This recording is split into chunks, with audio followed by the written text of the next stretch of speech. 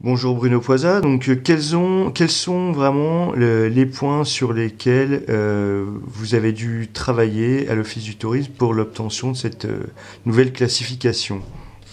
La classification, en effet, en catégorie 1, qui est la plus importante, on a dû travailler sur c'est de l'investissement au niveau de l'humain, au niveau du personnel, et de l'investissement financier pour l'outil de travail qui est le point d'accueil. Donc, comme beaucoup de Girondois ont pu le voir, hein, Jean de la Vallée, l'Office a récemment subi une cure de jouvence, hein. On a des locaux qui ont été rénovés et c'était impératif dans le cadre de ce nouveau classement, parce que notamment il faut un coin pour accueillir le public, un coin où les gens soient assis. Il faut également pouvoir proposer la consultation dans un coin Wi-Fi, sur un ordinateur, sur des tablettes, ce qui est le cas aujourd'hui.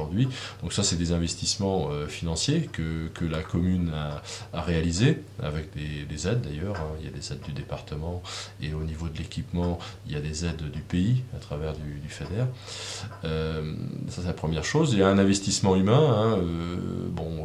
Nous avions déjà une norme qualité AFNOR, donc ça c'était déjà acquis, mais ensuite il faut notamment que le personnel parle au moins deux langues étrangères, hein, ce qui est le cas sur l'Office du tourisme en globalité, hein. Il y a, chaque agent d'accueil parle au moins une langue et un certain nombre deux, donc ça c'est de la formation pour s'améliorer.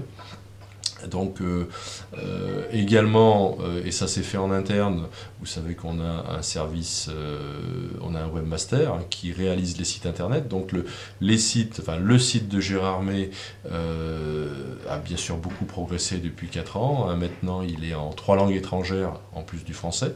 Donc pour être en catégorie 1, il faut disposer au moins de 2 langues étrangères. Donc nous avons l'anglais, l'allemand et puis le néerlandais en plus du français.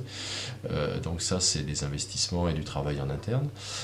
Il faut également disposer d'un site mobile, hein, avec la téléphonie mobile, avec les nouveaux outils de communication. Donc c'était impératif que nous puissions créer un site mobile. Ça a été fait en interne. Voilà déjà des critères importants de cet accès à la première catégorie. Alors, le futur de l'Office du tourisme de Gérardmer, c'est quoi? Sur quel point vous allez axer votre travail désormais?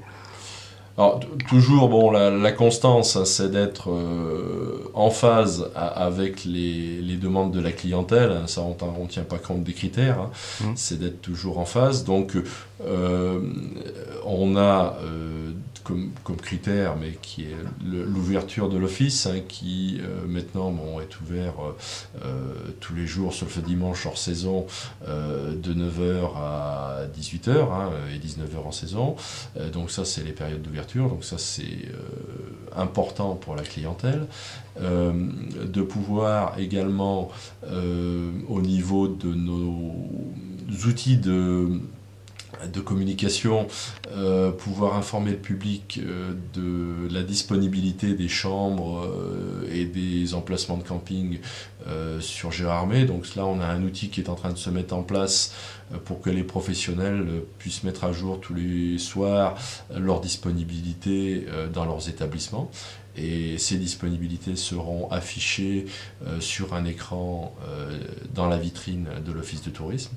Ça, c'est un des critères qui est indispensable. Donc là, on le faisait avant avec du papier et maintenant on va le faire par un moyen informatique. Donc ça, c'est encore une application qui est développée en interne et que nous allons déployer dès le printemps. On attendait la fin des vacances d'hiver. Voilà. Alors, par rapport au syndicat d'initiative du siècle dernier, qu'est-ce qui a vraiment changé au sein de l'Office du tourisme qu'on connaît aujourd'hui? On a toujours la visibilité, et beaucoup de gens à Gérardmer disent ça fait toujours sourire, ah vous êtes au syndicat d'initiative. C'est vrai que la face visible de l'iceberg, c'est toujours place des déportés, l'accueil, etc. Mais aujourd'hui, l'Office du tourisme, c'est une entreprise. C'est 15 salariés, 15 équivalents temps plein. C'est un budget, on a bouclé en 2012 à un peu plus de 2 millions 300 000 euros. C'est une entreprise. C'est d'ailleurs un des critères de la catégorie 1. C'est la forme juridique épique et entrepreneuriale avec des services. Chez nous, vous les connaissez, la gestion de l'espace lac du congrès, la centrale de réservation, le service groupe, l'accueil. Donc c'est une entreprise à part entière et c'est ce qui fait qu'aujourd'hui, on a pu aussi atteindre ce classement catégorie 1.